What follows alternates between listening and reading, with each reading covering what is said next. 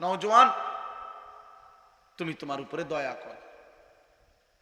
যদি সামান্যতম বিবেক থাকে, মানুষ তো আর জানোয়ার না, জানোয়ারের আকল নাই, তো মানুষের তো আকল আছে। আমি কেন জানোয়ারের মতো হব? আমি কেন পশুর আচরণ হব? আমি তো ইনসান, আমি তো মানুষ।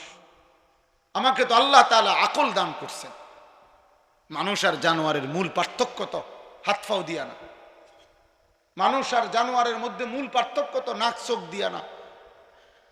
মানুষ আর জানোয়ারের মধ্যে তো পেশাব পায়খানা দিয়ে পার্থক্য না, খাবার দিয়ে নয়, ঘুম দিয়ে নয়, যৌন চাহিদা পূরণ দিয়ে নয়। এগুলো তো সব সমপরিমাণ জানোয়ারেরও পূরণ হয়।